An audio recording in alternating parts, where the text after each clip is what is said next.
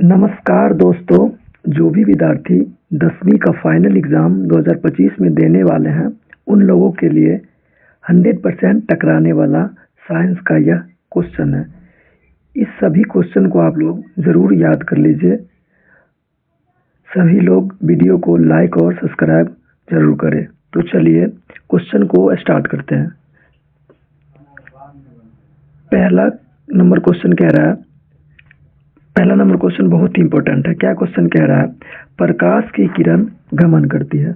तो प्रकाश की किरण गमन कहाँ करती है? तो हमेशा सीधी रेखा में गमन करती है। सेकेंड नंबर क्वेश्चन क्या कह रहा है? प्रकाश का न्यूनतम वेग होता है। प्रकाश का न्यूनतम वेग किसमें होता है? तो कांच में होता है। थर्ड नंबर क्वेश्चन कह रहा है, मोटर गाड़ी के चालक के सामने लगा रहता है। मोटर गाड़ी चालक के सामने कौन सा दर्पण का उपयोग किया जाता है? तो इसमें उत्तल दर्पण का उपयोग किया जाता है। किसका प्रयोग किया जाता है? उत्तल दर्पण का उपयोग किया जाता है। 4 नंबर क्वेश्चन कह रहा है, मोटर कार के हेडलाइट में किसका प्रयोग किया जाता है? तो मोटर लाइट के हेडलाइट में हम लोग अवतल दर्पण का प्रयोग करते हैं। किसका प्रयोग करते हैं? अवतल दर्पण का प्रयोग करते हैं।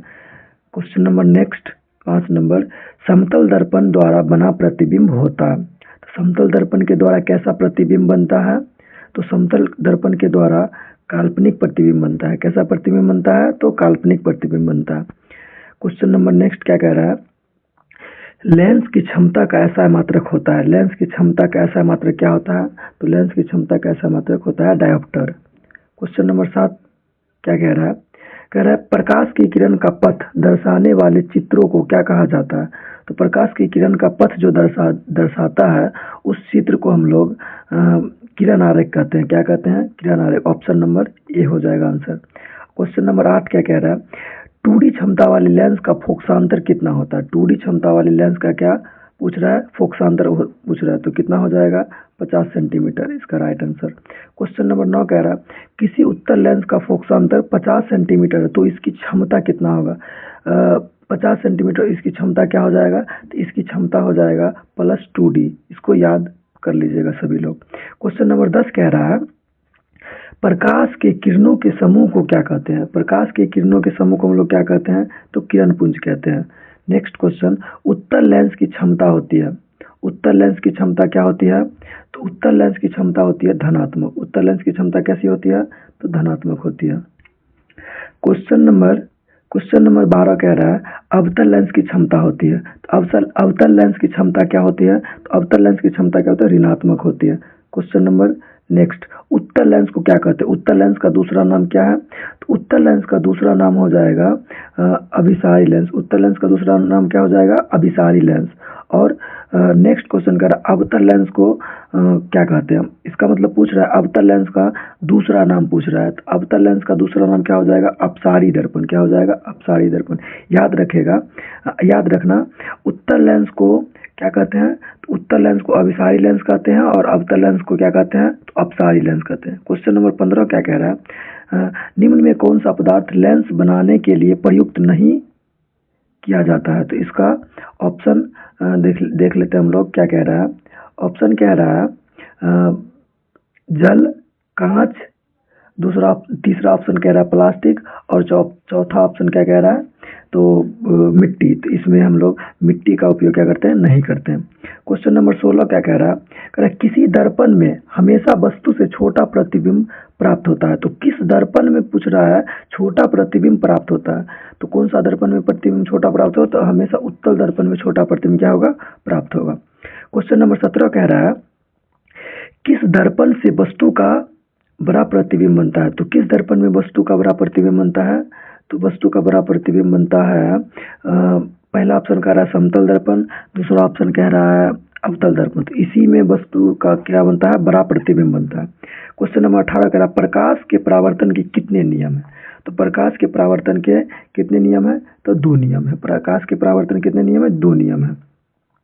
नेक्स्ट क्वेश्चन क्या कह रहा है? कह रहा है, जब प्रकाश की किरण हवा से कांच में प्रवेश करती है तो मुड़ जाती है।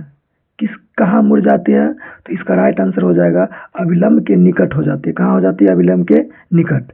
क्वेश्चन नंबर 20 कह रहा है, फोटोग्राफी कैमरा का अभिदृश्यक होता है। फोटोग्राफिक कैमरा का अभिदृश्यक कैसा होता है? तो इसका होता है उत्तल लेंस की तरह होता है। क्वेश्चन नंबर 21 कह रहा साइड मिरर के रूप में किस दर्पण का प्रयोग। क्वेश्चन नंबर 21 कह रहा है साइड मिरर के रूप में किस दर्पण का प्रयोग किया जाता है। तो साइड मिरर में हम लोग उत्तल दर्पण का प्रयोग करते हैं। किसका प्रयोग करते हैं? उत्तल दर्पण का प्रयोग करते हैं। आगे क्वेश्चन कह रहा है नेक्स्ट, एक अवतल दर्पण की फोकस दूरी 10 सेंटीमीटर है तो उसकी वक्रता त्रिज्या कितनी होगी। तो फोकस दूरी 10 सेंटीमीटर दिया हुआ है तो हम लोग को क्या निकालना है? वक्रता त्रिज्या। इसकी क्या हो जाएगी? 2 गुनी हो जाएगी। तो कितना हो जाएगा? 20 centimetre. Option number B. Next question कह रहा है निर्गत किरण एवं अभिलंब के बीच के कोण को क्या कहा जाता है। तो इसके कोण को भी क्या कहा जाता है? तो 23 नंबर का ऑप्शन नंबर सी हो जाएगा। निर्गत कोण कहते हैं।